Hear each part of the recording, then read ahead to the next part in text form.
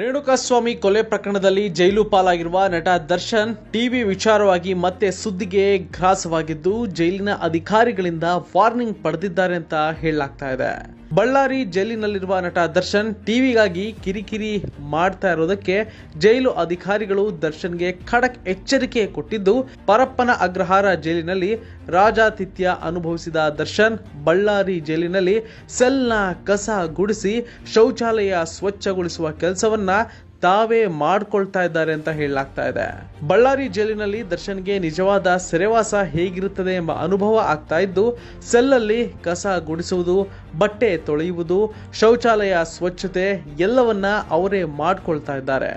ಜೈಲಿನ ನಿಯಮದ ಪ್ರಕಾರ ಶೌಚಾಲಯವನ್ನ ವಾರಕ್ಕೊಮ್ಮೆ ಜೈಲಿನ ಸ್ವಚ್ಛತಾ ಕೆಲಸಗಾರರು ಬಂದು ಸ್ವಚ್ಛ ಮಾಡ್ತಾರೆ. ಉಳಿದ ದಿನ ಸೆಲ್ನಲ್ಲಿರುವ ಆರೋಪಿಗಳೇ ಕ್ಲೀನ್ ಮಾಡಿಕೊಳ್ಳಬೇಕು. ಹಾಗಾಗಿ ದರ್ಶನ್ ತಮ್ಮ ಸೆಲ್ನಲ್ಲಿ ತಾವೇ ಕಸ ಗುಡಿಸಿಕೊಂಡು ಸ್ವಚ್ಛತಾ ಕೆಲಸವನ್ನ ಮಾಡ್ತಾ ಇದ್ದಾರೆ ಅಂತ ಹೇಳಲಾಗ್ತಾ ಇದೆ. ಇನ್ನು ಜೈಲಿನಲ್ಲಿ ಟಿವಿ ಕೊಡುವಂತೆ ಕಿರಿಕಿರಿ ಮಾಡ್ತಾ ಅಸಭ್ಯ ವರ್ತನೆ ತೋರಿರುವ ದರ್ಶನ್ಗೆ ಜೈಲಿನ ಅಧಿಕಾರಿಗಳು ಖಡಕ್ ಎಚ್ಚರಿಕೆ ನೀಡಿ ಪಾಠ ಹೇಳಿದ್ದಾರಂತೆ.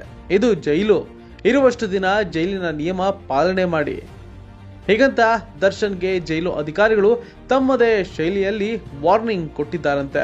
ಜೈಲಿನ ಶಿಸ್ತನ್ನ ಉಲ್ಲಂಘನೆ ಮಾಡ್ತಾ ಇದ್ದೀರಿ, ಇದು ಸರಿಯಲ್ಲ.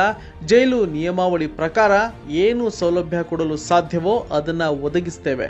ಹೆಚ್ಚಿನ ಸೌಲಭ್ಯ ಬೇಕು ಅಂತ ಅಂದ್ರೆ ನ್ಯಾಯಾಲಯಕ್ಕೆ ಅರ್ಜಿ ಹಾಕಿ, ಸುಮ್ಮನೆ ಅದು ಕೊಡಿ ಇದು ಕೊಡಿ ಅಂತ ಕಿರಿಕಿರಿ ಮಾಡಬೇಡಿ ಅಂತ ಜೈಲರ್ ದರ್ಶನ್ಗೆ ಖಡಕ್ ಆಗಿ ಹೇಳಿದ್ದಾರೆಂದು ಮೂಲಗಳು ಹೇಳಿವೆ. ಬಳ್ಳಾರಿ ಜೈಲಿನಲ್ಲಿರುವ ನಟ ದರ್ಶನ್ ಟಿವಿ ಕೊಡುವಂತೆ ಜೈಲು ಅಧಿಕಾರಿಗಳಿಗೆ ಮನವಿ ಮಾಡಿದ್ರು. ಅದರಂತೆ ಜೈಲು ಅಧಿಕಾರಿಗಳು ಹೊಸ ಟಿವಿ ಇಲ್ಲದ ಕಾರಣ ಹಳೆಯ ಟಿವಿಯನ್ನೇ ದುರಸ್ತಿ ಮಾಡಿಕೊಟ್ಟಿದ್ರು.